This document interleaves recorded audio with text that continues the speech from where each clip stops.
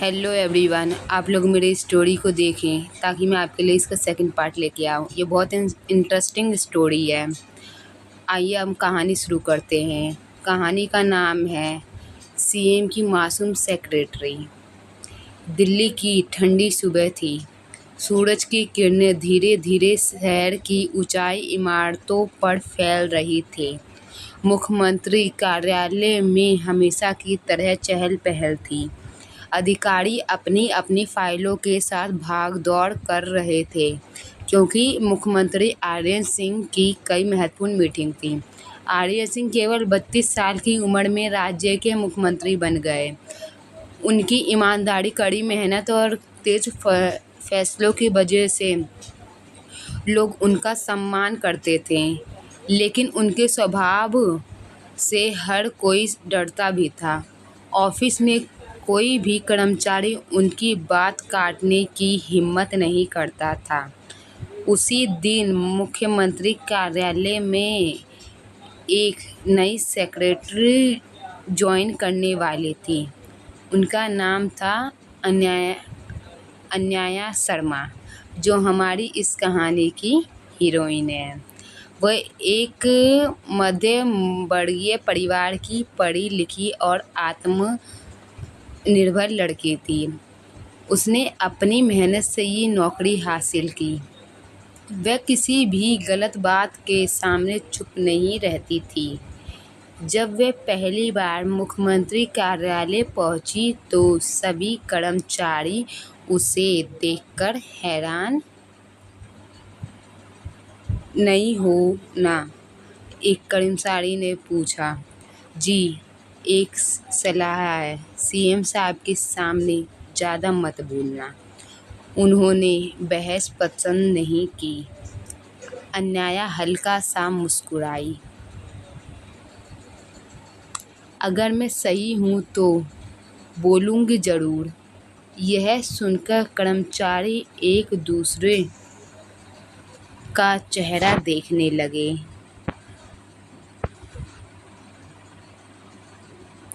कुछ देर बाद मुख्यमंत्री की मीटिंग शुरू हुई।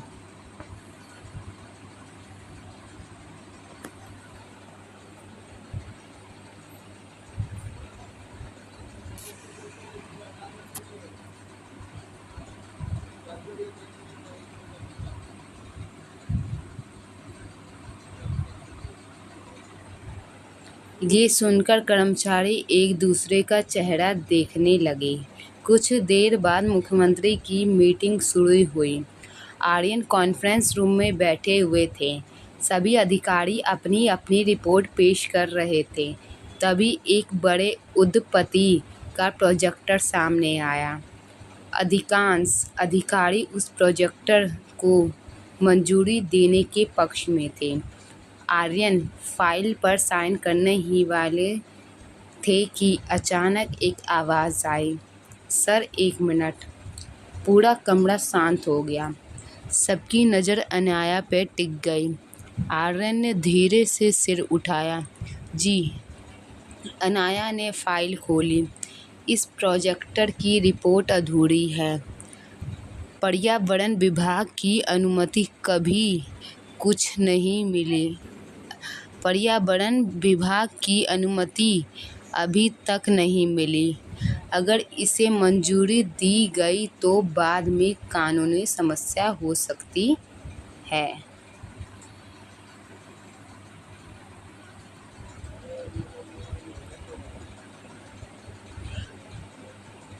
अगर इसे मंजूरी दी गई तो बाद में कानूनी समस्या हो सकती है।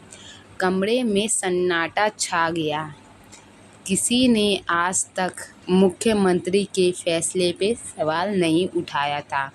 आर्यन ने गंभीर स्वर में कहा, क्या आपको लगता है कि बाकी सभी अधिकारियों ने यह बात नहीं देखी होगी? अन्याया ने बिना डरे जवाब दिया, शायद देखी होगी, लेकिन किसी ने बताना ज़रूरी नहीं समझा।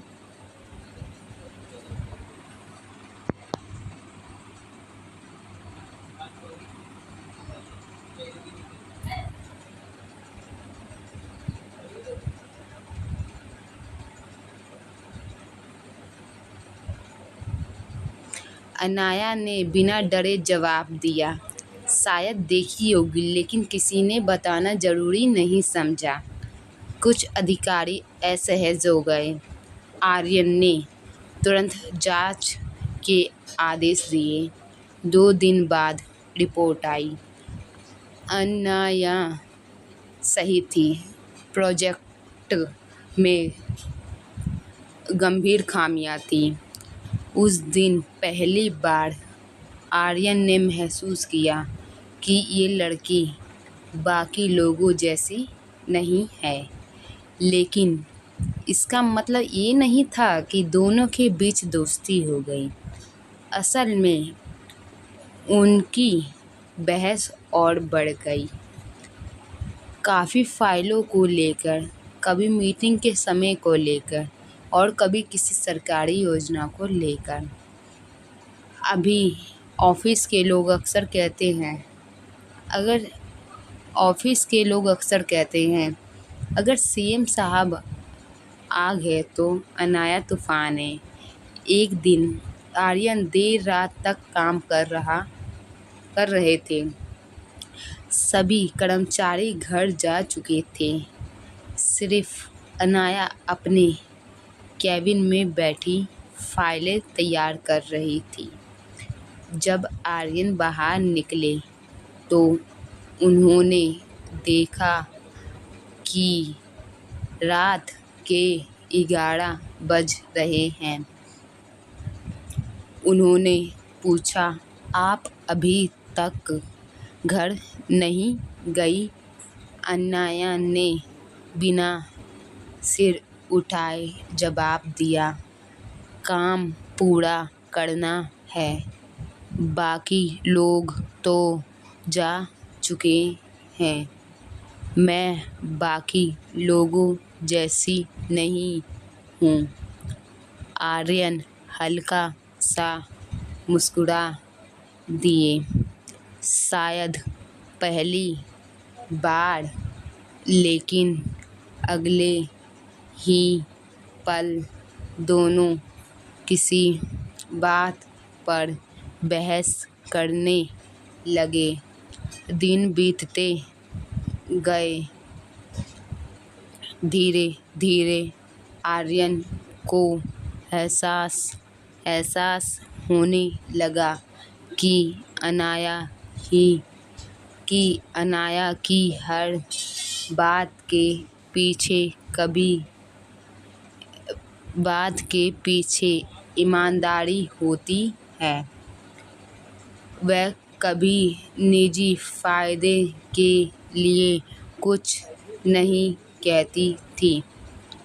उधर अनाया भी समझने लगी कि मुख्यमंत्री जितने सख्त दिखाई देते हैं, अंदर से उतने बुरे नहीं हैं।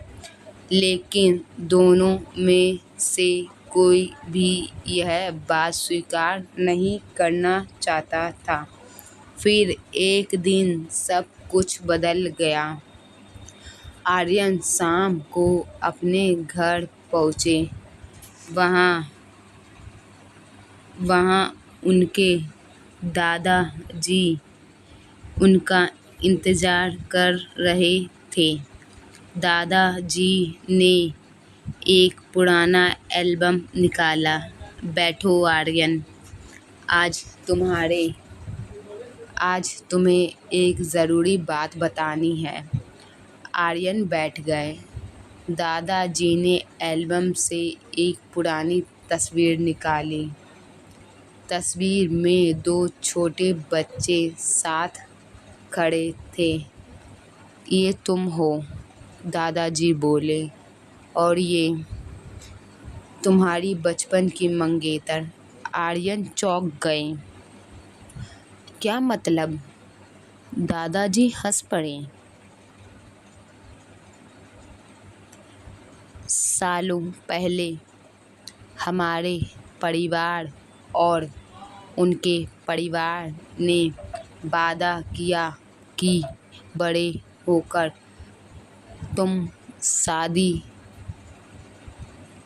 तुम दोनों की शादी होगी।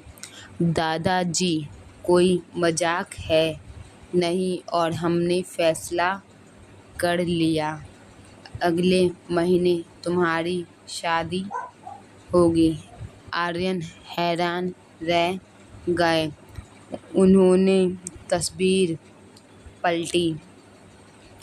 उसके पीछे एक नई फोटो लगी हुई थी।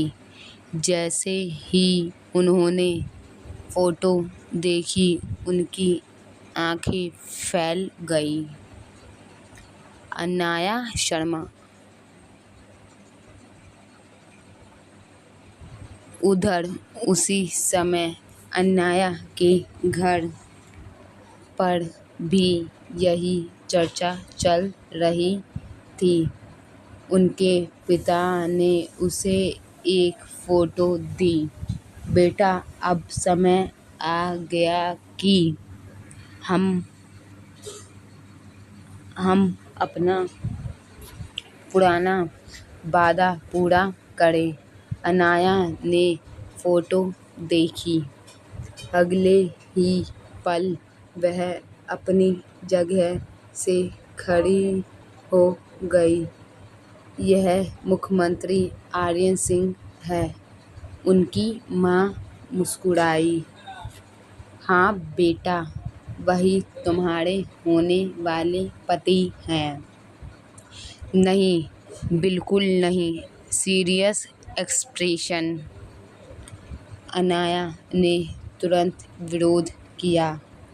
मैं उस घमंडी और जिद्दी आदमी से शादी नहीं कर सकती हूँ।